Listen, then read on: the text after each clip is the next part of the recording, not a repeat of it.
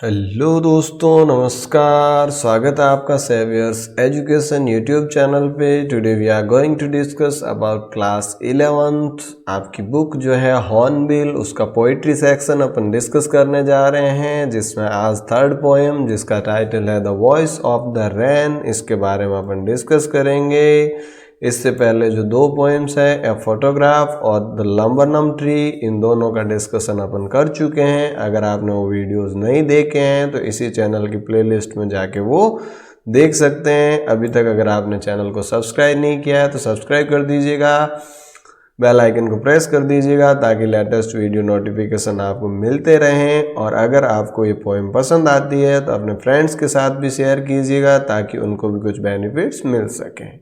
तो देखो, जैसा कि टाइटल आपको नज़र आ रहा है, the voice of the rain, यानी कि वॉइस का मतलब होता है आवाज़ और रेन का मतलब होता है बारिश।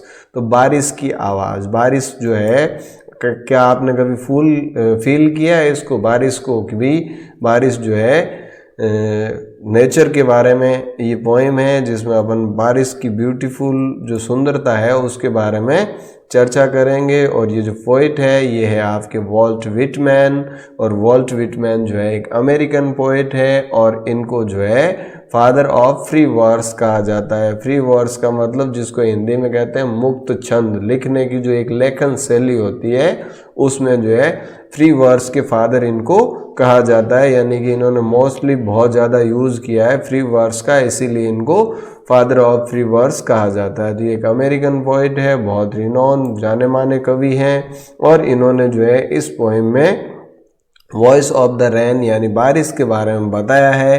तो क्या बताया है, किस तरीके से, क्या है, चलो अपन देखते हैं और शुरू करते हैं लाइन बाय लाइन इसका एक्सप्लेनेशन।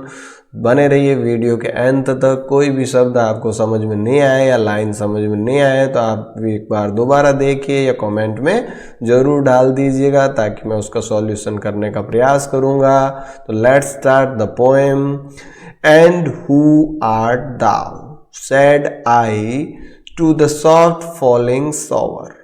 अब देखो, एंड हु आर्ट दाउ। अब आर्ट का मतलब यहाँ ओल्ड इंग्लिश है जिसका मतलब है आर, एंड दाउ का मतलब है you. And who are you मतलब क्या हुआ कि भाई आप कौन हो और आप कौन हो, who are you. Said I मैंने कहा। अब यहाँ आई कौन है, आई है poet Walt Whitman. To the soft falling shower, किससे कहा, सॉफ्ट फॉलिंग शॉवर, यानी कि बहुत ही मध्यम तरीके से गिरते हुए फुहारों के बौछार की जो रिमझिम बारिश हो रही थी, उस बारिश से मैंने पूछा कि भाई हु आर यू, आप कौन हैं। विच स्ट्रेंज टू टेल, अब ये कह विच यानी कि जो कि, स्ट्रेंज टू टेल बताने में अजीब लगेगा, gave me an answer यानी उन्होंने मुझे जवाब दिया। किसने जवाब दिया, उस बारिश ने, उस रिमझिम बारिश ने। एज हियर ट्रांसलेटेड, जैसा कि मैं ट्रांसलेट करके आपको बता रहा हूँ कि भाई उस शॉवर ने, उस बारिश ने क्या जवाब दिया।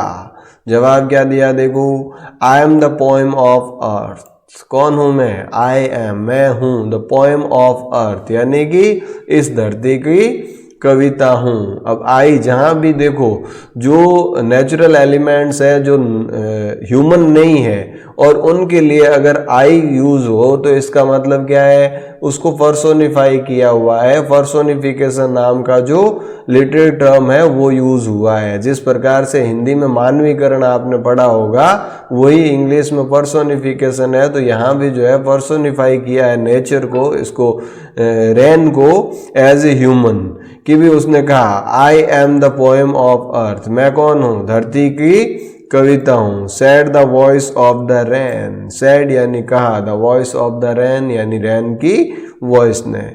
Eternal I rise impalpable out of the land and the bottomless sea. Eternal, eternal का मतलब जो कभी खत्म नहीं हो, हमेशा रहने वाली, नश्वर नहीं हो, जो क्षणभंगुर नहीं हो, जो हमेशा बनी रहे।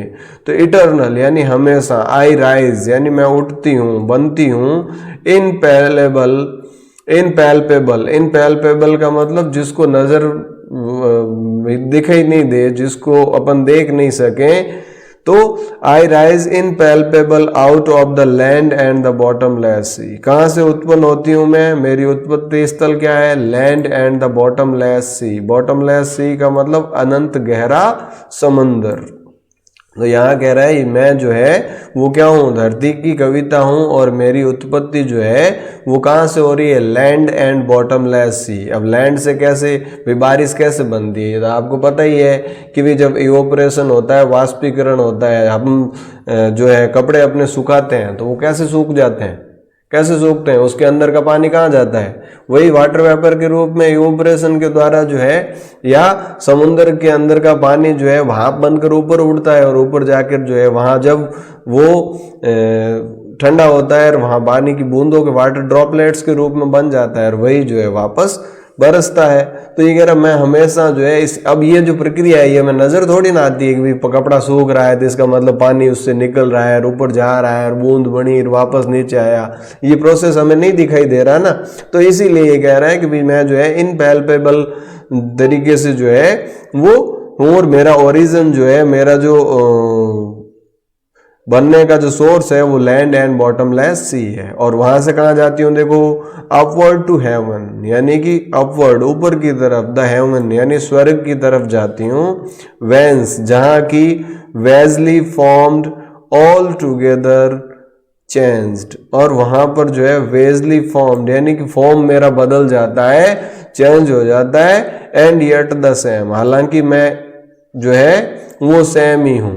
भाई मेरा स्वरूप बदल जाता है, फॉर्म बदल जाता है। जैसे पानी है, पानी से जो है भाप बनी, वो वाटर एवेपोरेशन के द्वारा, वाष्पीकरण के द्वारा जो ऊपर पहुंचा, वहाँ वापस से वाटर ड्रॉपलेट्स बना और वापस बारिश के रूप में जो है जमीन पे आ गया। तो है तो क्या पानी ही है, लेकिन उसकी फॉर्म निरंतर बदलती जा रही है। I descend to lave the droughts atomies dust layers of the globe. I descend, descend का मतलब नीचे आना, मैं आती हूँ। टू लेव, लेव का मतलब समाप्त करना। द ड्रॉट्स, ड्रॉट्स का मतलब सूखा। भाई बारिश आती है तो क्या होता है? सूखा समाप्त हो जाता है, यानी कि हरियाली छा जाती है, वहाँ अपन आराम से खेती वगैरह कर सकते हैं। एटोमीज, एटोमीज का मतलब जो कण है, जो अणु है, कण है। एंड द डस्ट लेयर्स, और जो डस्ट लेयर है यानी कि जो धूल भरी परत है, ऑफ द ग्लोब, ग्लोब के ऊपर छाई हुई जो परत है उसको मैं क्या कर देती हूँ? समाप्त कर देती हूँ। भाई देखो धूल डस्ट वगैरह उड़ती है तो ऊपर जाती है, कहीं न कहीं तो पेड़ पौधों पे, बिल्डिंग्स पे जम जाती है ना, लेकिन जैसे ही बारिश आई उस बारिश में वो सारी की सारी क्या हो जाती है? धुल जाती है, और धूल जो है नीचे आ जाती है। तो ये कह रहे मैं आती हूँ सूखे को, इन कणों को और डस्ट लेयर्स को इस धरती से समाप्त करने के लिए।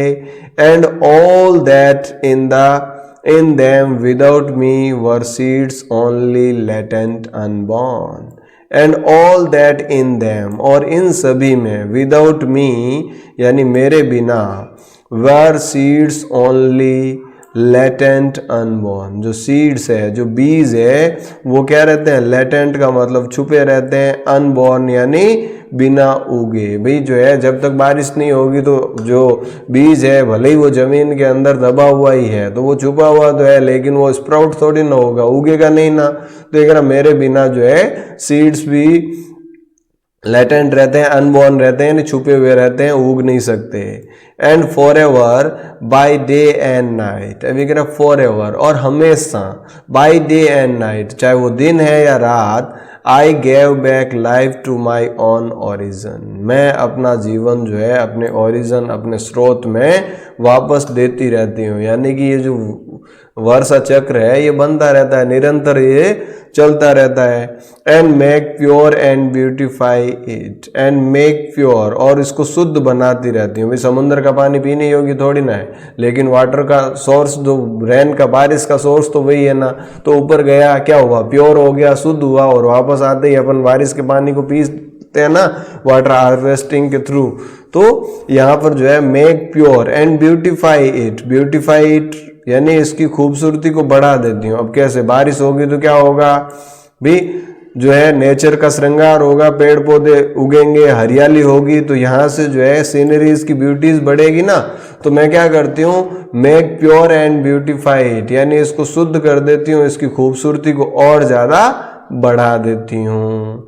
ये जो आंसर है, ये रिप्लाई जो है किसने दिया, उस सॉवर ने दिया, उस बारिश ने दिया ऑथर को। अब यहाँ पर जो है ऑथर अपनी खुद की लाइनें जो है ऐड कर रहा है। देखो, फॉर सॉन्ग, जैसा कि ये कह रहा है, जो सॉन्ग्स यानी कि जो गाने होते हैं, गीत जो होते हैं, उनके लिए होता है issuing from its birth place, जो कि अपने बर्थ प्लेस से, यानी जिसने भी गाने को बनाया वहाँ से वो रवाना होते हैं आफ्टर फुलफिलमेंट, और इसके बाद जो है लोगों तक पहुँचते हैं, वो इसका आनंद लेते हैं, एंजॉय लेते हैं, वांडरिंग यानी घूमते रहते हैं, रैक्ड और अनरैक्ड, चाहे उसको पसंद किया जाए या ना पसंद किया जाए, ड्यूली विद लव रिटर्न्स, और उनके बाद वापस लौट कर कहाँ आते हैं, अपने ओराइजन तक। वे जिसने भी उसको गाया है, जिसने भी उसको कंपोज किया है, वहाँ तक उसकी जो खूबसूरती के बारे में लोगों की जो राय है वो वहाँ पहुँचती है। तो उसी प्रकार से ये कह रहा है वहाँ तक मैं लौट के आती हूँ। तो in this poem poet wants to say about the beauty of nature and the beauty of shower. इसमें जो है कवि क्या कहना चाह रहा है, जो सोवर है यानी कि जो बारिश की बौछारें हैं उनके बारे में बताने का प्रयास किया है, और नेचर की ब्यूटी को बताने का प्रयास किया है, जो कि बिना किसी कॉस्ट के हमें अवेलेबल है। तो अगर हमें जब भी टाइम मिले कुछ समय अपने जीवन से प्रकृति के लिए निकालना चाहिए, नेचर की ब्यूटी को जो है देखना चाहिए, ताकि अपना ओरिजिन, अपना अस्तित्व भी हमें क्या याद रहे कि भी जिस प्रकार से ये प्रकृति में सारी चीज़ें जो है वो एक ही रूल है, सबके ऊपर लागू होता है, तो अपने ऊपर भी वही प्रकृति का डंडा चलने वाला है। तो हम भी जो है अपनी तरीके से उसको मैनेज करते रहें। तो उम्मीद करता हूँ कि ये जो पोएम है, इस पोएम को आपने समझ लिया होगा, और यहाँ पर जो है जो भी न्यू वर्ड्स हैं इनके बारे में भी पता चल गया होगा, लाइन बाय लाइन आपको समझ में आ गया होगा, ऐसी उम्मीद करता हूँ।